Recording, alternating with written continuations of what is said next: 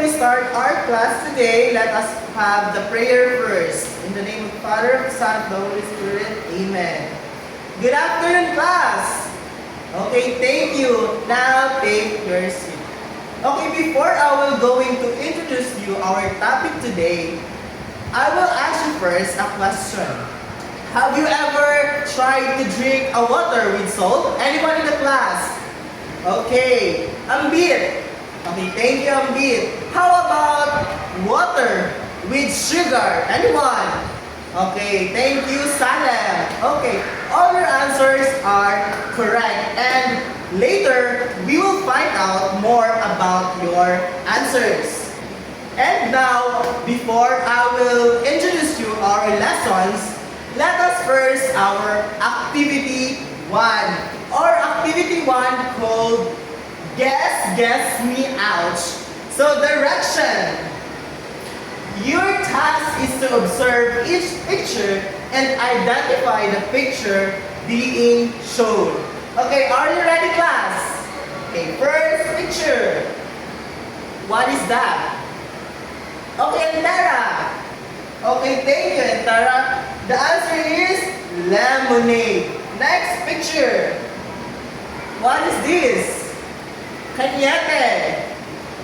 Okay, the answer is jelly or jello. Next picture.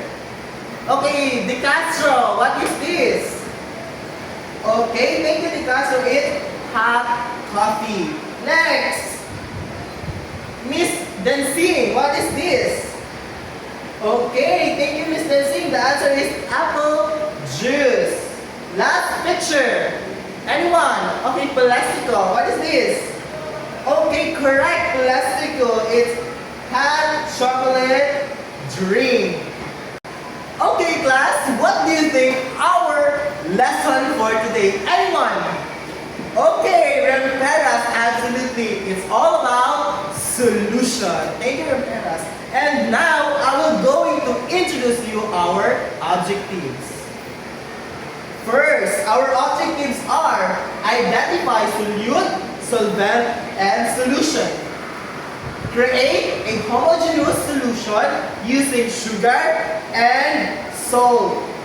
And cite the importance of solution in our daily life. Now, let's have our activity 2 called a solution to everything. So before we formally start our discussion, let us first our activity. Okay, this activity, what to prepare? Water, salt, sugar, stirring or spoon, plastic cups, and what to do? Instruction. Create a both salt and a sugar solution and observe. And record changes as you mix the substance. Procedure. So let us follow the procedure. We have first procedure. Pour the clean water into the plastic cup.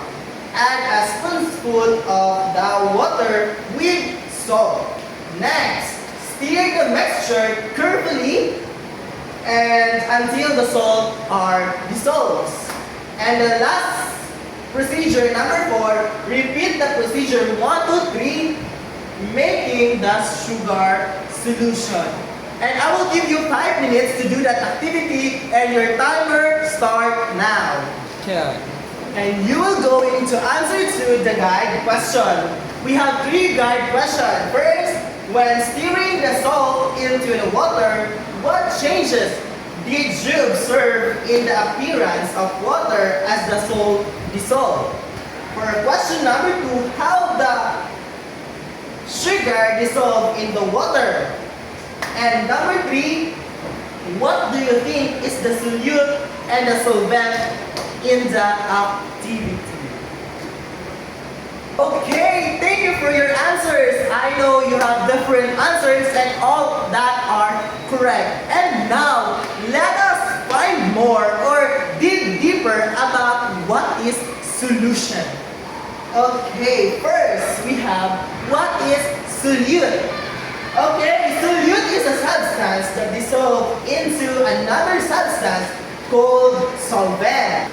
To form form a homogeneous mixture known as solution. So that's the solute. Next, we have example of solute. We have the salt, and we have also the sugar. Okay, who got the correct answer? Okay, thank you, Salem. Got the correct answer. Another, who got the correct answer? Okay, group of Benzene got the correct answer too about what are the solute. Next, solvent. What is solvent? So solvent is a substance typically in the form of liquid that dissolve other substance form a solution. So what are the example of solvent? So we have water. So water is the universal solvent. Correct. Water is the universal solvent. Next, what is solution? So solution is a homogeneous mixture where two or more substances are even distributed, draining uniformly mixed and unable to separate over time. So that is the solution. So what are the example of solution? So we have salt plus water is equal to salt solution. We have also sugar plus water is equal to sugar solution.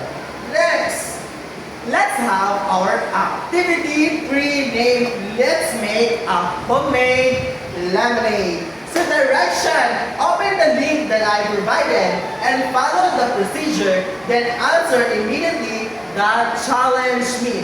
So I send you a link to our GC and open now and answer the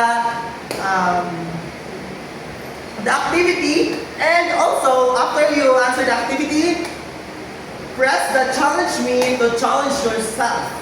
Okay, go. I will give you 5 minutes to answer that activity. Let's have, are you ready for our quiz? Okay, not yet. So I will ask you a question first. What do you think or how important solution to our daily life? Anyone in the class? Okay, Miss Lindsay. Okay, thank you for your answer, Miss Lindsay. I know that solution is very important to our every life because we encounter that every life because we use that every day. Also, solutions like if we are drinking coffee, that's solution. If we are eating or drinking a juice, that's a solution. Next, anyone? Okay, Laurie. Okay, thank you, Laurie. Okay, always remember that solution is important to our everyday life. Are you ready for our quiz? Okay, you are ready. And now let's have our quiz. Direction to our quiz. Choose the best answer. Big letter only. Okay, for question number 1. What is a term for the substance that dissolve in a solvent? Next. Number 2. Which of the following most likely increase the rate at which a sugar cube dissolves in a water? Next, number 3 question. What is the process called when a solvent dissolves in a solute? Okay, next, number 4. Which of the following mixture is the most likely a solution? Okay, next, number 5 or last number. Which of the following is a solvent? Okay, pass your papers now. I will the one who will check your answers.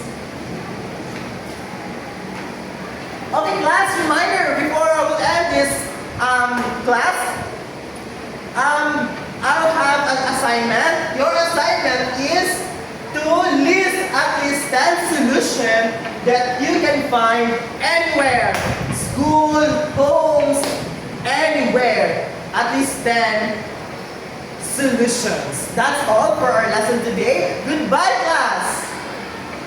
Okay, thank you.